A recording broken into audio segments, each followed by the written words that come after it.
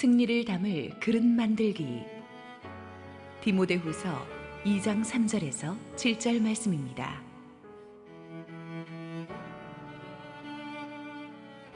너는 그리스도 예수의 좋은 병사로 나와 함께 고난을 받으라. 병사로 복무하는 자는 자기 생활에 얽매이는 자가 하나도 없나니 이는 병사로 모집한 자를 기쁘게 하려 함이라. 경계하는 자가 법대로 경계하지 아니하면 승리자의 관을 얻지 못할 것이며, 수고하는 농부가 곡식을 먼저 받는 것이 마땅하니라. 내가 말하는 것을 생각해보라. 주께서 범사에 내게 총명을 주시리라. 할렐루야. 우리 하나님께 감사와 영광의 박수를 올려드리겠습니다. 함께 기도하시고 하나님 말씀 보겠습니다. 주님, 우리 신년 첫 주일 은혜를 갈망해서 우리 성전으로 나온 우리 성도들 축복하시고 하늘의 음성 들려주옵소서. 부족한 죄인은 감추시고 주님만 영광 받으시옵소서. 예수님 이름으로 기도했습니다. 아멘. 2018년 우리 교회의 표어는 승리를 선포하라입니다. 지난 송구영신 예배에서 이 표어를 주제로 우리가 함께 말씀을 나누었습니다. 그런데 승리를 선포하고 담대하게 나가는 것이 중요하지만 우리 자신의 삶을 승리를 담을 만한 그릇으로 만들어 놓는 것이 그 못지않게 중요합니다. 아무리 좋은 물을 많이 부어 주어도 그릇에 금이가 있거나 구멍이 나 있으면 세어버리기 쉽기 때문입니다.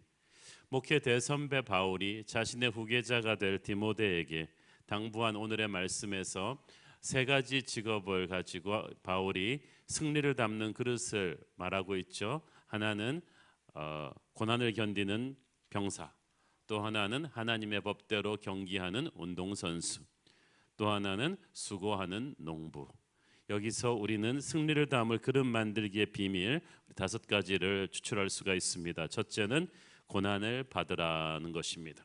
3절, 너는 그리스도 예수의 좋은 병사로 나와 함께 고난을 받으라. 영어 성경에는 endure hardships with me 라고 되어 있죠. 디모데야, 나와 함께 고난을 견디자는 뜻입니다.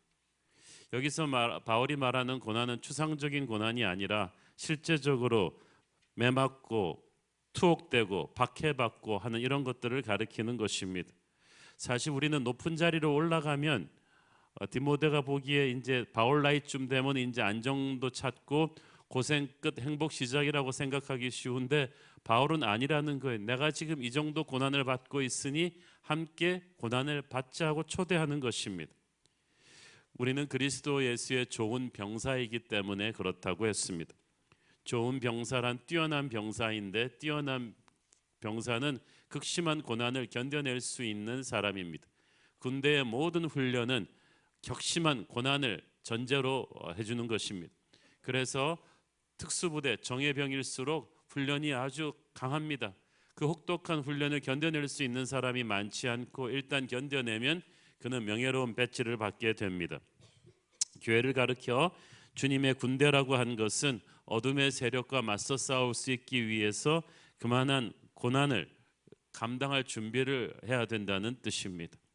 토니 에반스 목사님이라고 미국인들이 가장 존경하는 목회자 중에 한 분이 있는데 이분의 설교는 매주일 수백만의 미국인들에게 이렇게 중계 방송되고 있고 목회하는 교회도 한 수만 명이 넘는 아주 큰 영향력 있는 교회고 대통령의 그 영성 자문위원이기도 하고 아주 유명한 분이에요. 그래서 그 전설적인 분한테 어떤 젊은 목회 초년생이 어떻게 하면 저도 목사님처럼 훌륭한 설교자 목사님이 될 수 있습니까? 그랬더니 그 목사님 하시는 말씀이 감옥 설교부터 시작하게 그러더라고요. 근데 실제로 이분이 20, 30대 때 감옥에서 설교하고 노숙자 센터에서 설교하고 군대에 가서 설교하고 길거리에서 설교하고 온갖 험한 데서 다 설교하고 고생하면서 이렇게 점점 영성이 연그러졌다는 거예요. 영적인 지도자의 길, 하나님의 일꾼의 길은 고난을 정면 돌파하는 길입니다. 세상에서는 어떻게든 고난을 피해갈 것을 가르칩니다. 영리하게 살라고 합니다. 우리 자녀들도 어떻게 해서든 고생 안 하고 클 수 있도록 우리가 돈으로 좀 어떻게 해주려고 합니다. 성공하면 이제 고난 그만 받아도 된다고 생각하는데 이런 세상적인 사고방식을 바꿔야 된다는 것입니다. 승리하는 인생은, 하나님 보시기에 승리를 선포하는 인생은 이렇게 고생 안 하고 물에 손 한 방울 안 묻히고 호의호식하는 그런 인생이 아니라 고난과 핍박을 그대로 정면 돌파, 견뎌내는 인생입니다. 그리고 그 고난 가운데 오히려 꽃을 피우는 인생입니다. 위대한 군인은 위대한 전쟁터에서 만들어집니다. 바울은 우리가 그리스도와 함께 영광을 받기 위하여 고난도 함께 받아야 할 것이라고 말합니다. 그런데 많은 사람들이 주님의 고난은 노 땡큐 하면서 주님의 영광만을 받겠다고 하니 이게 되겠습니까? 기독교 역사를 보면 가장 위대한 영적인 승리는 가장 힘든 영적인 싸움터에서 일궈냈습니다. 위대한 전도자 요한 웨슬레도 평생 얼마나 많은 협박과 테러와 적들의 모함에 시달렸는지 모릅니다. 그러나 그는 그 고난을 정면 돌파해서 수백만이 넘는 영국인들에게 복음을 전했습니다. 승리를 선포하는 인생이 되길 원한다면 고난을 피해가게 해달라고 하지 말고 고난을 이겨낼 수 있는 능력을 달라고 하십시오. 주님 일하다가 고난 겪는 것을 영광으로 하시고 도망가지 말고 피하지 마십시오. 가족 중에 혼자 예수님 믿는다고 핍박받는 분이 있다면 의연하게 잘 기도하며 견디시기를 바랍니다. 교회에서도 좀 힘들고 어려운 사역을 잘 한번 견뎌내 보기를 바랍니다. 예수님의 마음을 조금 더 느끼게 될 것입니다. 하나님의 길을 가면서 처음부터 쉽게 영리하게 하려고 하면 나중에 힘들어져요. 그러나 고난의 길을 묵묵히 정면 돌파하면 나중에 오히려 더 은혜와 힘을 갖게 됩니다. 우리가 지금 특세 40일로 한 해를 시작하니까 이게 목회자인 저나 여러분한테나 지금 쉽지 않죠. 모든 게 육체적으로 스케줄이. 우리 주차팀은 감기를 달고 산다고 제가 들었는데 그렇다 할지라도 우리가 이 힘든 걸 하는 거는 여러분이 40일을 이렇게 새벽 기도하면서 성령을 체험하고 1년을 시작하면요, 나머지 한 해가 쉬워요.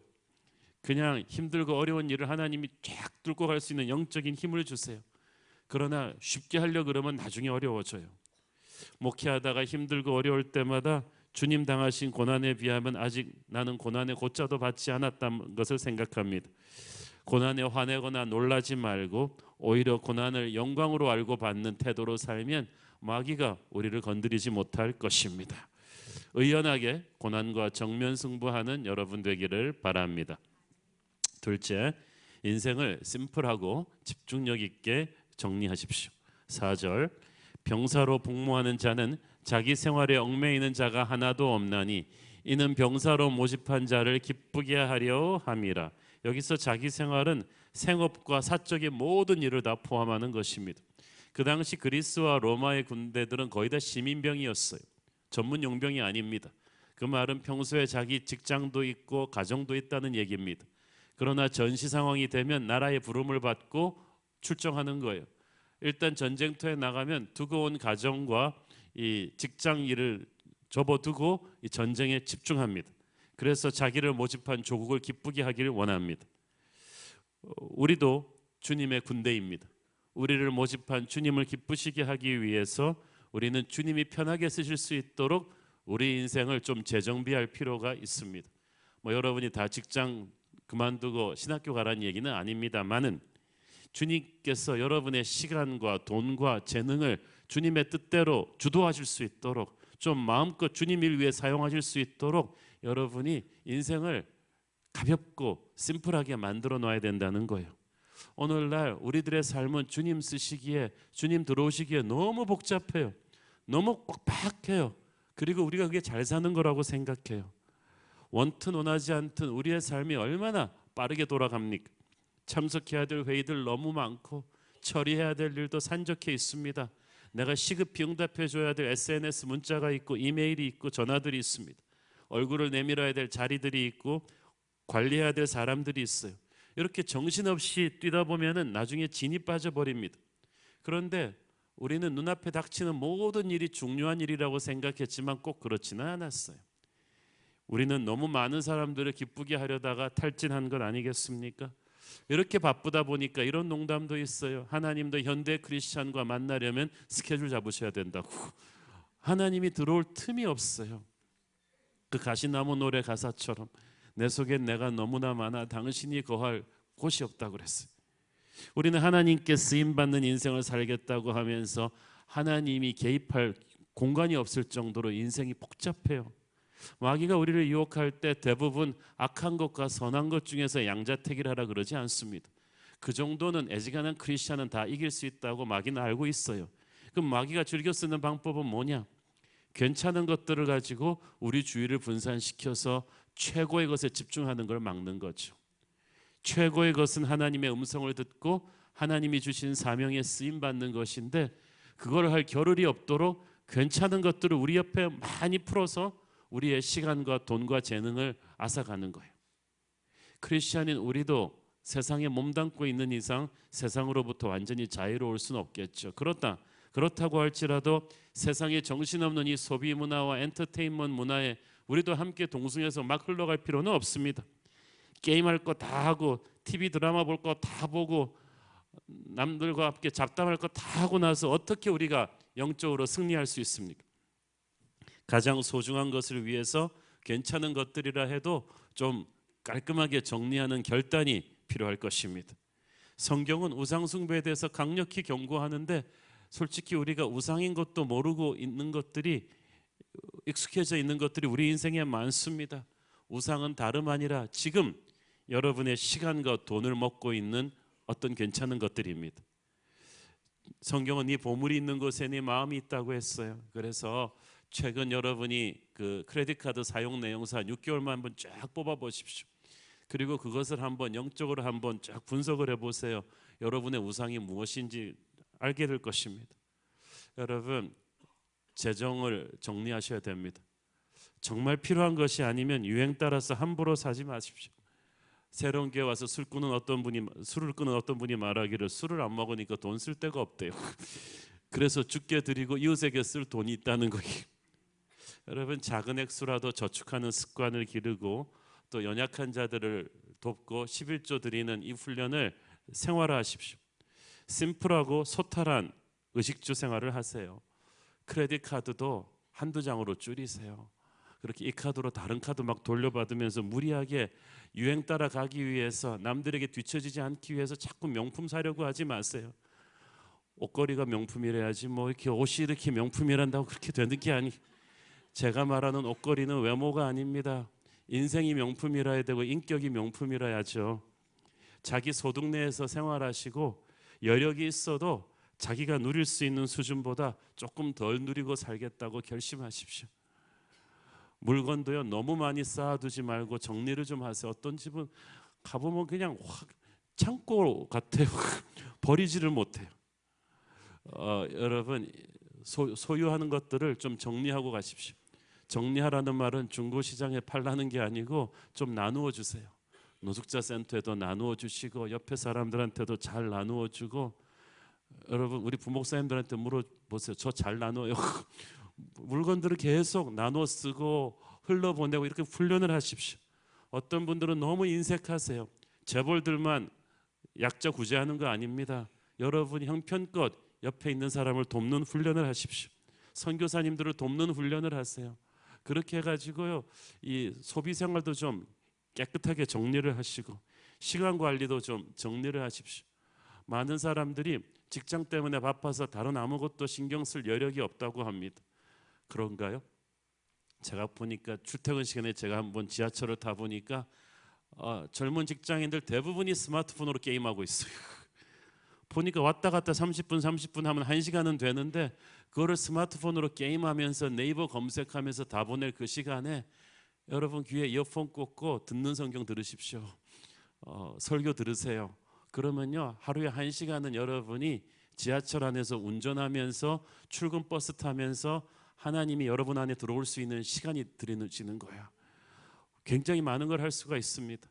10여 년 전에 제가 어떤 크리스천 주부 상담을 한 적이 있었는데, 이분은 만성 우울증에 시달리고 있어요. 교회 잘 나오는 분인데 왜 그런지 모르겠대.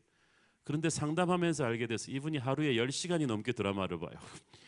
와, 지금처럼 드라마가 나오지 않는데도 이 케이블 TV를, 그때 막 케이블 TV 나오던 때 제 방까지 골라가지고 난 한국에 드라마가 그렇게 많은 줄 처음 알았어. 그러다 보니까 뭐 드라마 내용도 별로 그렇게 건강한 내용들이 그걸 하루에 10시간씩 그 드라마를 가지고 큐티를 하니까 이분이 정신적으로 건강해질 수가 없어요. 우울증이 안 생기는 게 기적이죠. 여러분, 자신의 영혼으로 집어넣는 인풋을 정리하십시오. 이렇게 막 새는 시간을 정리하세요.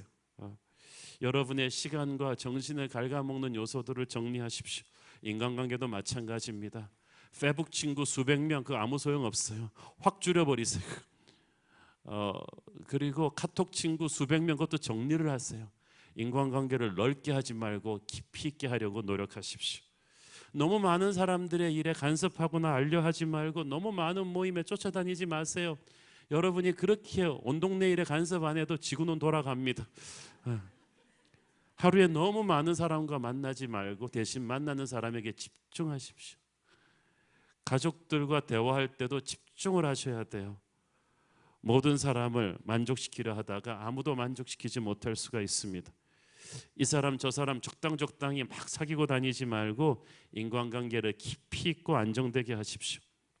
시편 1편에 보면 복 있는 사람의 트레이드마크는 사람을 분별하는 능력이라 그랬어요. 죄인의 자리에 앉지 않는다고 했어요. 악인과 함께 다니지 않는다고 했어요. 여러분, 악인이 얼굴에다가 도깨비 마스크 쓰고 악인이라고 써 있습니까? 영적으로 분별하셔야 돼요. 물질적이고 음란한 사람과 거리를 두십시오.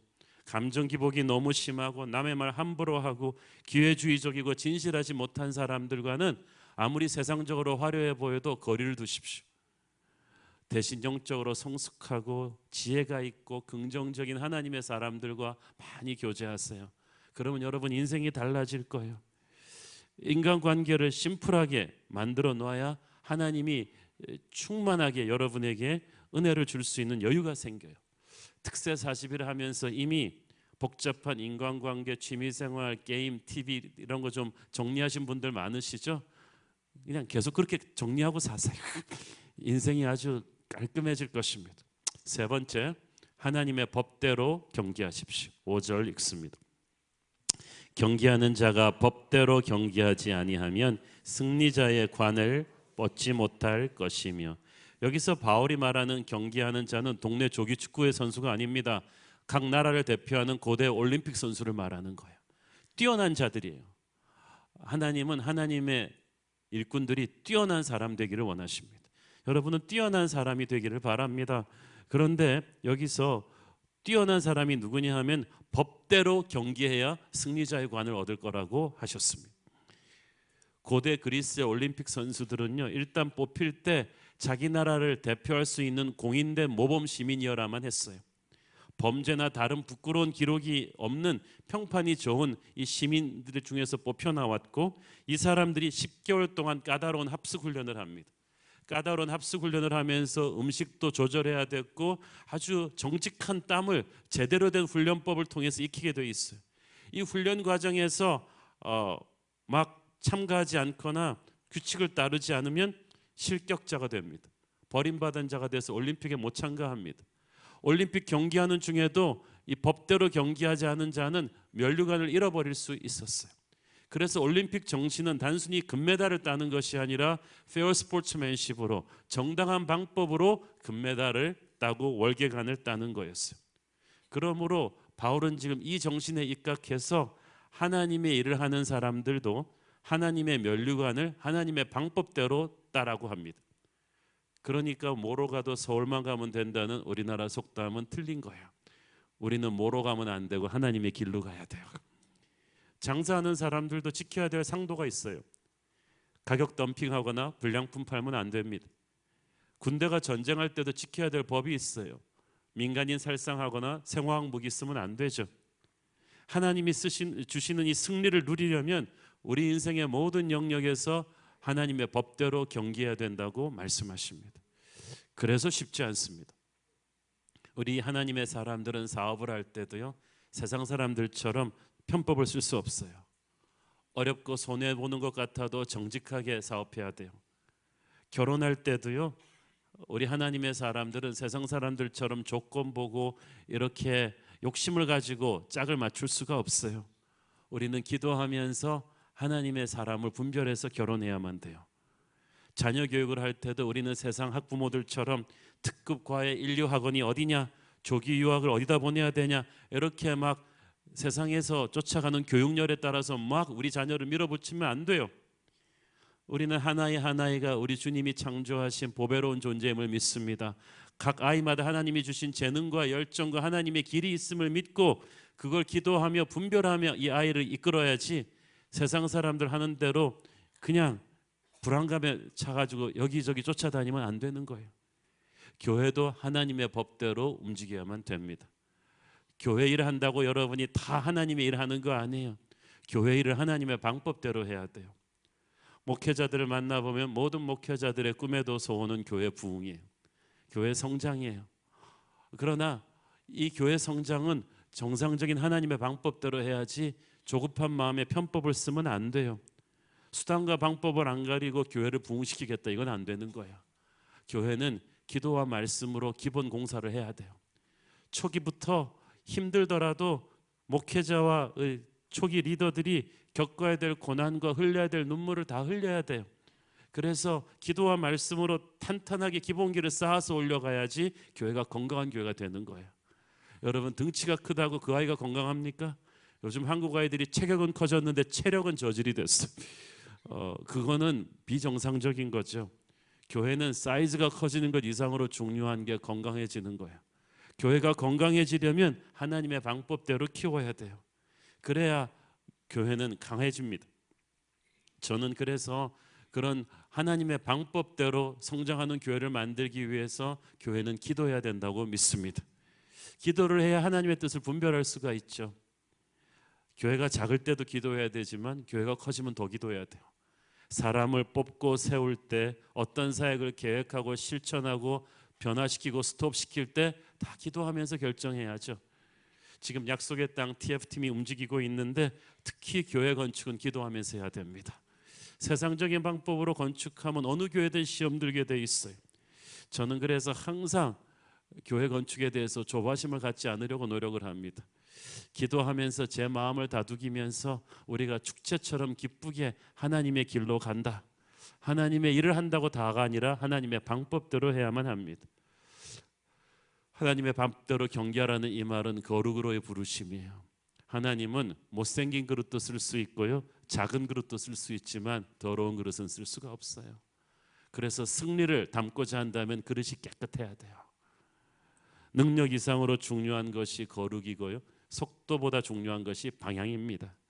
목표에 도착하는 그 이상으로 중요한 게 그 과정이에요.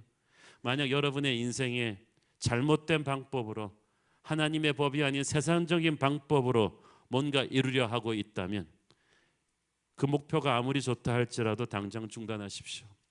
코스를 조절하십시오. 하나님의 방법으로 처음부터 단추를 다시 꿰야 합니다. 그러면 하나님의 승리가 여러분에게 주어질 것입니다. 네 번째, 최선을 다해야 합니다. 6절 읽습니다. 수고하는 농부가 곡식을 먼저 받는 것이 마땅하니라. 여기서 수고하는 농부를 영어 성경에 보니까 hard working farmer라고 되어 있죠. 그냥 농부가 아니라 열심히 일하는 농부입니다. 땅을 가졌다고 농부가 아니라 그 땅을 열심히 일궈야 농부인 거예요. 땅 가지면 그 사람은 땅 소유주지 농부가 아니에요. 땅을 열심히, 정직한 땀을 흘려가지고 가꿔야 돼요. 봄에는 뿌리고 여름에는 잡초 솎아내고 거름 주고 물 주고 가을에는 추수해야지 농부는 한 톨의 쌀이라도 입에 넣을 수가 있어요. 땅을 가진 사람이 농부가 아니고 땅을 일구는 사람이 농부다. 하나님께서 우리에게 주신 땅은 우리의 재능일 것입니다. 우리의 직분일 거예요. 우리의 사역지예요. 많은 사람들이 직분은 받았는데 그 땅을 갖고 일구지 않는 농부처럼 하나님을 위해서 땀을 흘리지 않아요. 그 직분을 위해서. 집사, 장로, 목사 직분은 받아놓고 정직한 땀을 흘리지 않아요. 그러면 수고의 열매를 받을 수가 없어요. 여러분의 가정과 회사도 주님이 주신 땅입니다. 받기만 해놓고 축복을 일구지 않는다면 여러분은 추수하지 못할 것입니다. 수고한 농부는 남보다 먼저 곡식을 받는 것이 마땅하니라. 하나님 나라는 이런 법칙이에요. 나이 많은 농부, 먼저 시작한 농부가 곡식 받는 게 아니고 수고한 농부가 먼저 열매를 거둘 것이다. 무분별한 평등주의가 아닌 거예요. 우리는 유명한 스포츠 스타들을 부러워하지만 그들의 스토리를 읽어보면 다 동료 선수들보다 몇 배로 더 노력을 해요.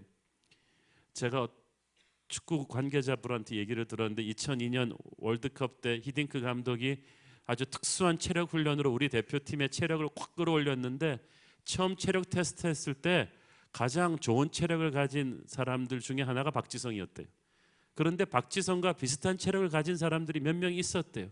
그런데 실제 경기에서 뛰는 걸 다 재보니까 박지성이 비슷한 체력을 가진 사람들보다 2배, 3배로 뛰더라는 거죠. 결국 박지성이 흘린 정직한 땀은 결과로 나타났잖아요. 세계적인 프리미어 리그는 그렇게 남보다 더한 땀을 흘림으로써 만들어졌어요. 동서양의 기적 같은 부흥을 일궈내는 교회들을 다 가보면 그냥 로또로 대박친 교회는 없어요. 모두가 목회자들이 다른 교회들보다 2배씩 기도하고 노력했어요. 성도들이 한마음 한뜻이 되어서 더 기도하고 말씀을 보면서 그 교회의 부흥을 만들어낸 거예요. 승리를 담는 그릇이 되고 싶다면 남 질투하지 말고 정직한 땀을 흘려야 합니다. 무슨 일을 하든 아주 작은 일이라 할지라도 어느 구름에 하나님의 비가 들었는지 몰라요. 여러분에게 주어진 그 작은 일이 여러분에게 준 하나님의 땅이에요. 그러니까 정직한 땀을 흘려야만 합니다. 우리가 특별히 정직한 땀을 어디에 흘려야 되냐 하면 사람을 키우는 일에 흘려야만 합니다. 사실 오늘 본문의 전체 컨텍스트가 사람 키우는 일이에요. 오늘 본문 직전인 디모데후서 2장 2절 보십시오. 또 내가 많은 증인 앞에서 내게 들은 바를 충성된 사람들에게 부탁하라. 그들이 또 다른 사람들을 가르칠 수 있으리라. 바울은 벌써 자기 세대에서 디모데 세대, 또 디모데가 가르칠 그 다음 세대, 그 사람들이 가르칠 그 다음 세대까지 믿음의 4대째를 쫙 보고 있어요. 바울은 자기 대의 모든 승부를 보려 하지 않았어요. 예수님도 12제자에게 집중하셨어요. 그 제자들이 또 열매를 맺게 하셨습니다. 여러분이 여러분의 영적인 계보를 이을 다른 사람을 준비하지 않았다면 여러분은 아직 그 자리를 떠날 자격이 없는 거예요. 사람을 키워야 돼요. 사람을 키워야 돼요. 어떤 운동선수가, 어떤 뛰어난 병사가 그냥 하늘에서 떨어집니까? 누군가가 그에게 정성을 기울인 거예요. 누군가가 만들어진 거예요. 오늘날에 한옥 목사가 있기까지도 얼마나 많은 영적인 스승들이 저를 만들어 주셨는지 몰라요. 저는 우리 교회가 우리 세대의 단순히 큰 교회가 아니라 다음 세대 한국 교회를 끌고 갈 수 있는 많은 목회자 및 평신도 지도자들을 배출하는 교회가 되었으면 좋겠습니다. 그래서 저는 항상 얘기하지만 저는 우리 부교육자들의 순장으로서 이 사명을 위해서 다른 시간을 많이 정리하고 부교육자님들과 그냥 회의만 하는 것이 아니라 이분들의 설교를 샤프하게 해주고 영적인 리더십을 키워주는데 아주 정성을 쏟으려고 노력 중입니다. 그렇게 하면 이분들이 6년 7년 있다가 한국교회 곳곳에 설 때 하나님이 기뻐하시는 차세대의 리더가 될 것입니다. 선교를 할 때도 저희 교회는 사람들한테 집중합니다. 우리 교회 깃발을 꽂고 조직을 세우고 건물을 세우는 건 관심 없어요. 그 지역 목회자, 사모, 평신도 지도자들을 세우는데 총력을 기울입니다. 이 훈련을 우리가 CS를 통해서 여러분 모두에게 하게 하고 있지 않습니까? 여러분이 CS를 받고 또 1대1로 다른 사람의 영혼을 키우는 연습을 여러분이 해보셔야 돼요. 그리고 주일학교 교사, 순장, 교회에서 사람 세우는 일에 투입된 여러분 정말 귀한 분들이에요. 지치고 힘들지만 포기하지 마세요. 주님이 그 일을 정말 기뻐하세요. 많은 사람을 옳은 대로 돌아오게 한 자는 하늘의 별과 같이 빛날 것이라고 했습니다. 여러분 사람에게 정성을 다하십시오. 여러분의 인생에 하나님이 승리를 주실 것입니다. 마지막으로 지혜를 구하십시오. 7절 내가 말하는 것을 생각해 보라. 주께서 범사에 네게 총명을 주시리라. 여기서 생각해 보라는 말은 그냥 스치듯이 생각하라는 게 아닙니다. reflect, 아주 깊이 있게 본질을 파악할 때까지 묵상해 보라는 뜻이고 주께서 주시는 총명은 하나님의 지혜를 말합니다. 바울은 디모데에게 맹목적으로 어떻게 하라고 주입하지 않았습니다. 내가 말한 가르침을 하나님의 말씀에 비추어서 기도하면서 네가 씨름하고 묵상해서 너에게 필요한 지혜를 시시각각 하나님으로부터 받아라. 하늘의 지혜를 다운로드 받으라는 뜻이에요. 여러분, 우리가 승리를 담을 그릇이 되기 위해서 몇 가지를 배웠죠. 고난을 감내하라. 그리고 인생을 심플하게 정리하라. 하나님의 법대로 해라. 그리고 순간순간 최선을 다하며 사람에게 투자하라. 이 모든 것이 중요하지만 이 모든 것을 다 묶어서 활용점정을 찍는 것이 바로 하나님의 지혜입니다. 여러분, 지혜의 모든 승부가 갈립니다. 괜찮은 인생과 위대한 인생은 하나님의 지혜로 결정나는 거예요. 비슷비슷한 재능과 비슷비슷한 노력을 하는 사람, 비슷비슷한 환경을 하는 사람들이 너무나 많은데 무엇이 승부를 가르느냐 하면 하나님의 지혜예요. 솔로몬은 그 많은 것 중에서 하나님의 지혜를 구했어요. 왜냐하면 지혜가 모든 축복을 연결시키고 완성시키고 결정짓는 열쇠이기 때문이죠. 우리에게 인간적인 지혜가 아닌 하나님의 지혜가 필요합니다. 세상적인 지혜, 처세술이 아닌 성령의 분별력이 우리에게 필요해요. 지혜는 지식이 아니에요. 학벌 좋은 사람들도요, 지혜가 없는 사람들이 있어요. 어떤 분은 참 착하시고 믿음도 좋으시고 외국에서 박사도 받고 명문대도 나오셨는데, 그리고 정말 열심히 사시는데 지혜가 없어가지고 결정적인 순간마다 잘못된 결정을 해요. 그래갖고 자꾸 인생이 꼬이는 거예요. 잘못된 사람과 결혼하고 그 다음에 어떤 회사를 선택하고 그리고 그걸 떠나고 하는 모든 타이밍마다 정말 이상한 결정들을 하고 인생이 망가지는 거예요. 나와야 될 때 안 나오고 안 나와야 될 때 나오고 해야 될 말 안 하고 안 해야 될 말 하고 사귀어야 될 사람 안 사귀고 헤어져야 될 사람하고는 붙어 있고, 이게 다 지혜거든요. 여러분 인생을 한번 돌아보십시오. 여러분의 인생에서 여러분의 발등을 찍었던 모든 패착들은 지혜가 없어서 생긴 일들입니다. 노력이 부족해서도 아니고 재능이 없어서도 아니었어요. 승리를 담을 그릇이 되려면 지혜가 있어야 합니다.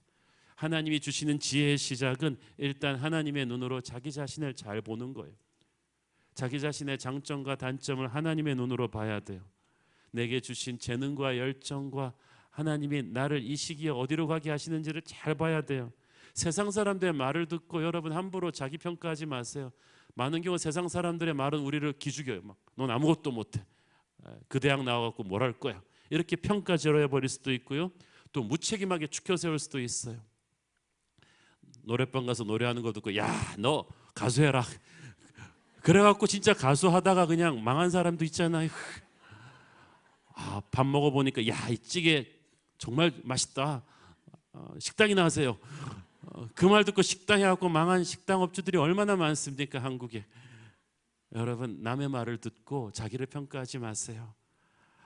하나님의 임재 앞에 엎드려 하나님의 지혜로 정직하게 자기를 볼 수 있기를 바랍니다. 어떤 목사님은 이미 목회에서는 그렇게 힘드셨는데 한국에 들어와서 어떤 특정 도시 목회는 참 잘하시는 것을 봤어요. 지혜는 자기를 잘 분별해서 어느 자리에 서서 어떻게 해야 될지를 알게 해줍니다. 또 다른 사람들도 잘 분별해야만 됩니다. 여러분, 겉모습으로 사람 판단했다가 세상적인 기준으로 남의 말만 듣고 감으로 사람 판단했다가 얼마나 여러분 인생에 힘든 일 많으셨어요. 하나님의 지혜로 기도하며 사람 봐야 됩니다. 우리는 사람 몰라요. 하나님의 지혜로 인품과 잠재력을 잘 살펴서 누구와 함께 가고 누구와 빨리 헤어질 것인지를 결정하셔야 돼요. 아까 말씀드렸죠. 사특한 사람, 이중적인 사람들하고는 빨리 헤어져야 되고요. 내가 스승이나 친구로 삼아야 될 사람과는 정성을 들여서 바짝 붙어야 돼요. 겸손히 교제해야만 됩니다. 나의 보스를 어떻게 대하고 내 동료를 어떻게 대하고 내 직원들을 어떻게 대하고 내 클라이언트를 어떻게 대할 것인지 시시각각 사람을 보고 다룰 수 있는 지혜를 하나님께 구하십시오. 주변 환경과 시대 상황을 분별하는 것도 지혜가 필요해요.